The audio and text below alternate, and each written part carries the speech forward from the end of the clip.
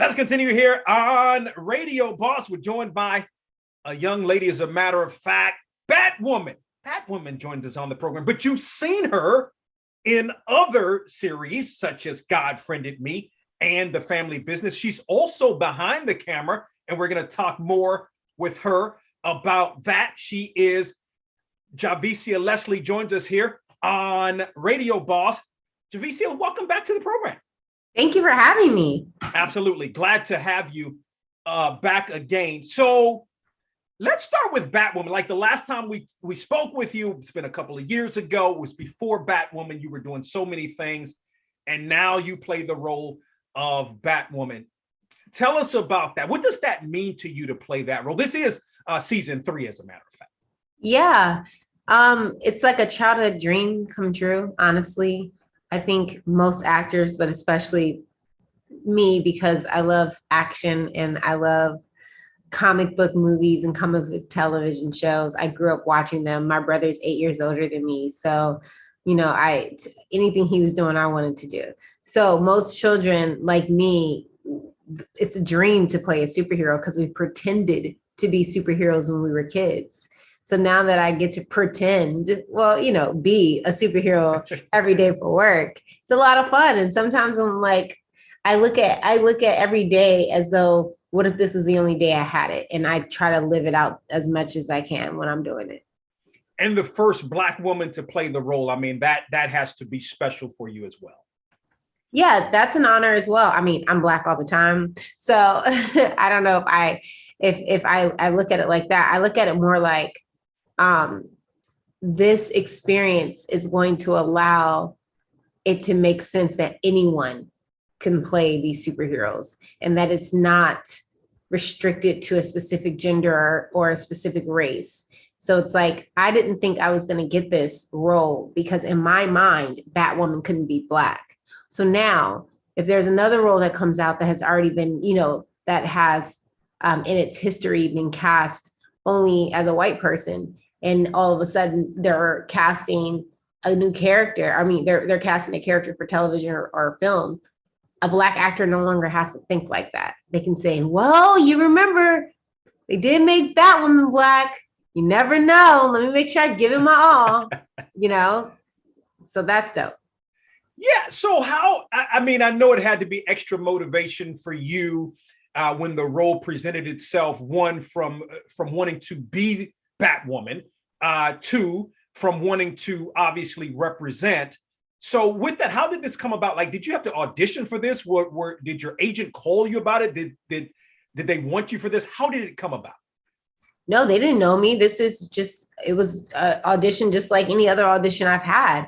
I went through the same exact process that I've gone through with any other audition. So that's kind of what makes it super cool. And it's also kind of why I tell people don't stop. Like I didn't have any upper hand in this. I auditioned just like everyone else.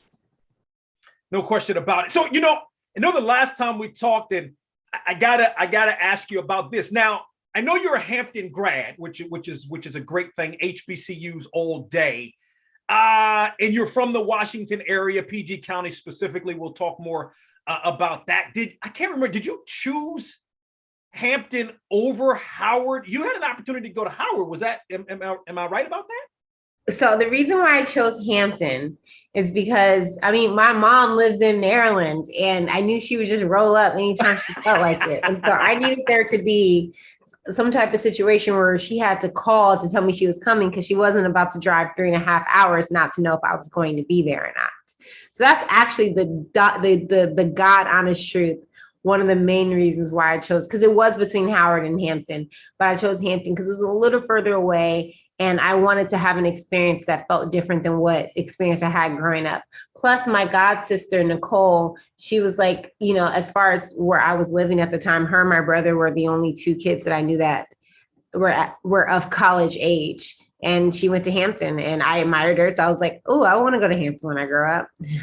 Absolutely. Javicia Leslie joins us here on Radio Boss. You can check her out, Batwoman, each Wednesday, 9 p.m. That's 8 Central on CW. She joins us here on the program. What do you remember most about those days at Hampton? I remember hanging out with my friends.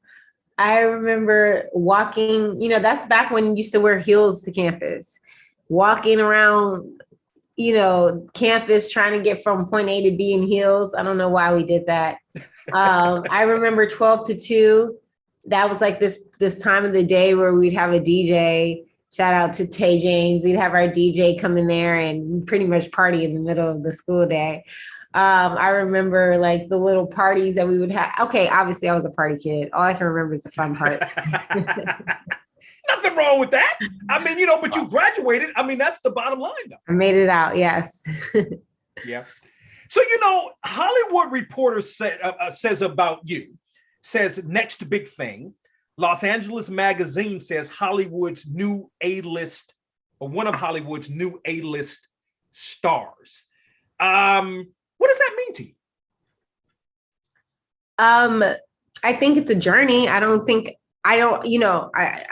Who knows if I'm there yet, but I think that what it lets me know is that everything I thought could happen can happen and is happening.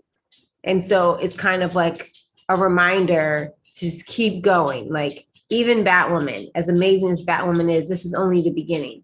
I had a meditation session a few weeks ago, and in it, I was having a vision of like my impact, and Batwoman was like this small in comparison to the work that I want to do. And I think Batwoman is everything right now, so it's like I can only imagine the impact that's going to be made even after this. Batwoman, Javicia Leslie joins us here on the program. So what can we expect in terms of the third season? I can't believe, like, when I saw this for you, and this was may have been shortly after the last time we spoke, where you got this role. I mean, it's superb, right? Now we're already on season 3. I can't believe that. So what can we expect from season 3? So we are now actually in our second half of season 3. Wednesday, January 14th was, not sure when this is airing, our mid-season premiere. So I'm really excited. We're going to dive into our Poison Ivy storyline. Nicole Kang was cast as our first Asian American Poison Ivy. So, I mean, I'm just so ecstatic to be a part of stories like that. But then also my brother, Marcus Jett, played by Nick Cregan, he is off the chain and he's really become like my Joker. So the whole second half of the season is me trying to save Gotham from Joker. Absolutely. So you're vegan from what I've read. And so you like to come up with different vegan recipes. What's your latest? So I just made this like General Tso version of cauliflower. It would be usually General Tso chicken, but I did General Tso cauliflower, and I found this recipe online. And basically, I took a bag of cauliflower that's already broken apart and created this gluten-free batter, baked it in the oven, and then I created this like really spicy chili, sweet and spicy sauce. Doused it in that, added some green onions, and then on the side, I made some wild rice. It was delicious. Oh, and then I had broccolini to add to it. It was really good.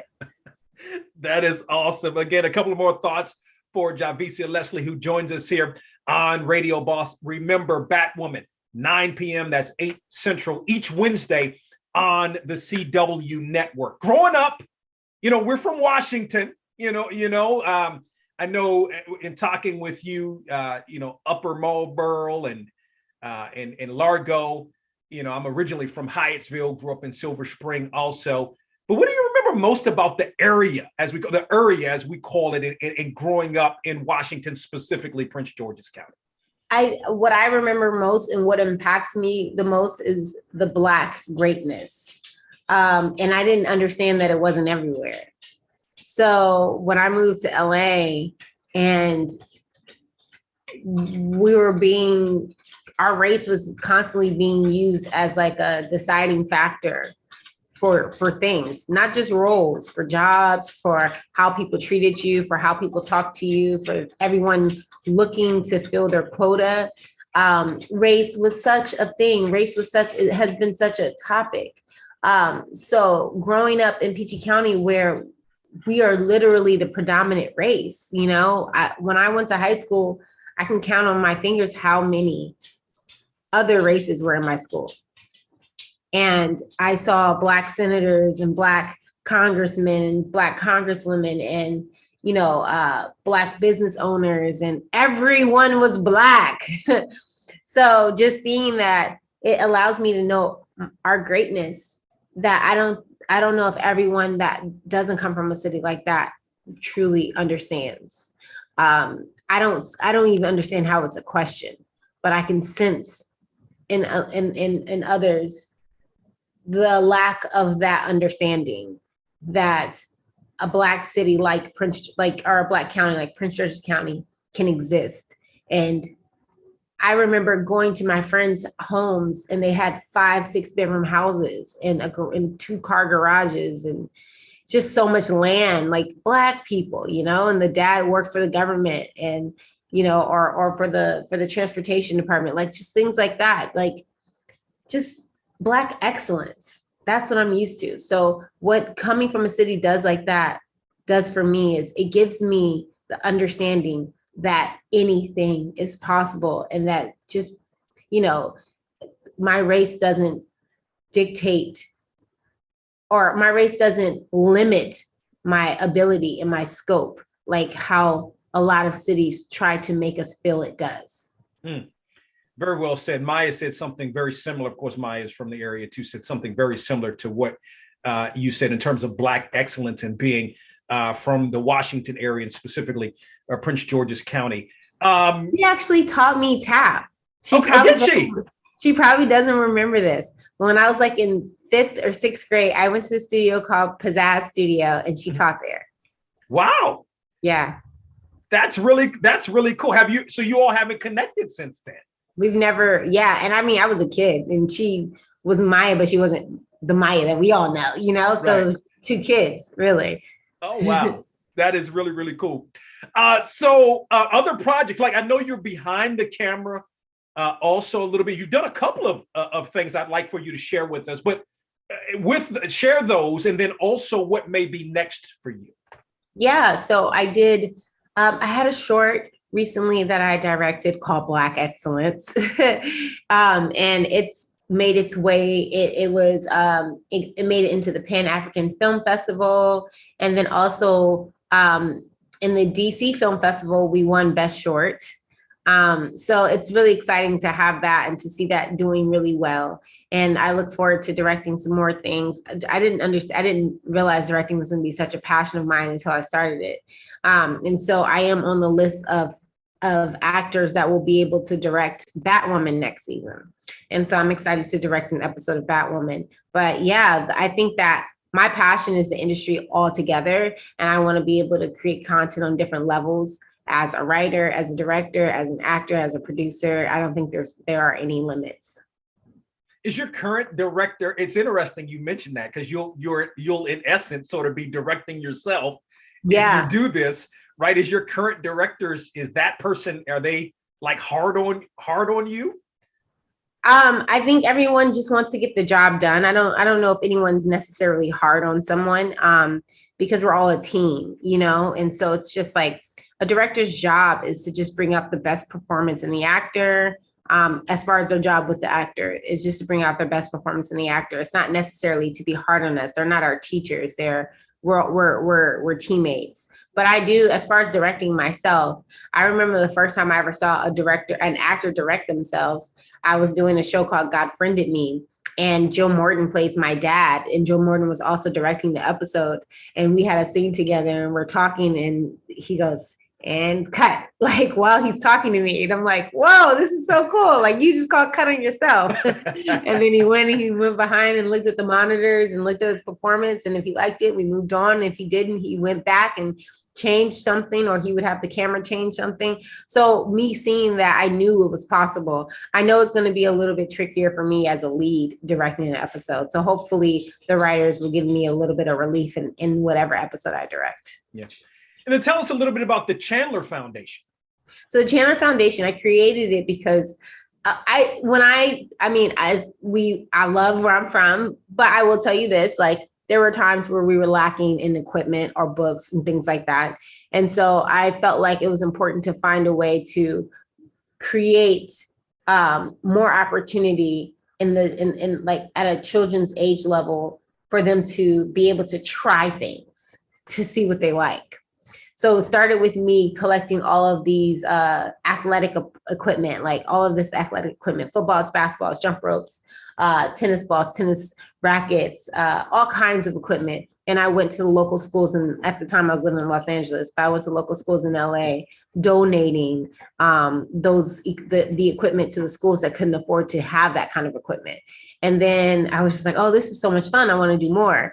And I have a really good, oh my gosh, he's pretty much a brother to me in Prince George's County named Robert Pettis. And he's constantly doing everything he can for the kids in our city. He runs a basketball camp. He runs all kinds of charity programs. And so I called him like, hey, look, I really want to do something with my charity in your charity. Like, can we do something in our city? And so right before the pandemic, we did a backpack drive, and we bought a bunch of pre-stuffed backpacks, and we had all the kids in DC, specifically in the area that we were in, come get their backpacks, but also get free haircuts or get their hair braided if they wanted their hair braided. And then we had fun things like a jump house and DJ and games. But then we also had the local police department come, and that's something I think is so important. I just did a convention in New Orleans. The local police department came. I think it's important that we do that as often as we can to really start trying to fuse or heal the trauma that's happened with our community and our police department. I think that we can start rebuilding the trust by having the cops come to things that are very community oriented, but not in a way where it's like, oh, I'm here just to make sure nothing bad happens. I'm here to get to know the people of the city. And so it was really nice, and it was a lot of fun. No, that is outstanding. So are you into sports? Are you a sports fan? Yeah, so that's kind of what made me do it, because when I was in school, we didn't have a lot of equipment. But yeah, I ran at Largo, I ran track. I was on the track team, and I like sports just in general. I like athletic stuff, and also I like mixed martial arts. So it's like whatever I can learn to just express myself physically, I'm always really excited for. Very good. I mean, are you a Washington football team fan? Wizards? You know what's interesting? I don't think that. Okay, so as far as football, I don't think that there's a team I'm a fan of. I do love taking a glance at what's going on with football. Football's a little tricky because I'm also very pro-Black, and I have my feelings about that. But as far as basketball goes, my family's originally from LA, so I'm a Lakers fan. Okay. Well, no, I mean, no, I think that's interesting. In terms of your feelings with the National Football League, does it have to do with Colin Kaepernick or just generally? It's all of it. It's all of it. It's how our athletes are being treated. It's how as soon as they're not as profitable, they're dismissed and called crazy and called lazy and called this and that. It's the football league not taking seriously hit so many times. It's very layered as far as how I feel about it, but then also just like how they treat our athletes. It just feels a little traumatizing how our athletes are being dealt with in the NFL, especially because it feels like they dang near risking their lives every time they come onto the field. You never know what hit will take you out, and I don't know that they're protected. All right. Well, again, Batwoman, or Javicia Leslie, really her real name, but she plays, of course, the role of Batwoman every Wednesday, 9 p.m. That's 8 Central on the CW. You can follow her on Twitter, Instagram, Facebook. She's all over the place, really doing her thing as she joins us here on Radio Boss. Javicia, great to catch up with you again. Continued success in all you do. Thank you for having me. I love being on here. I appreciate you, and just continue to do what you do.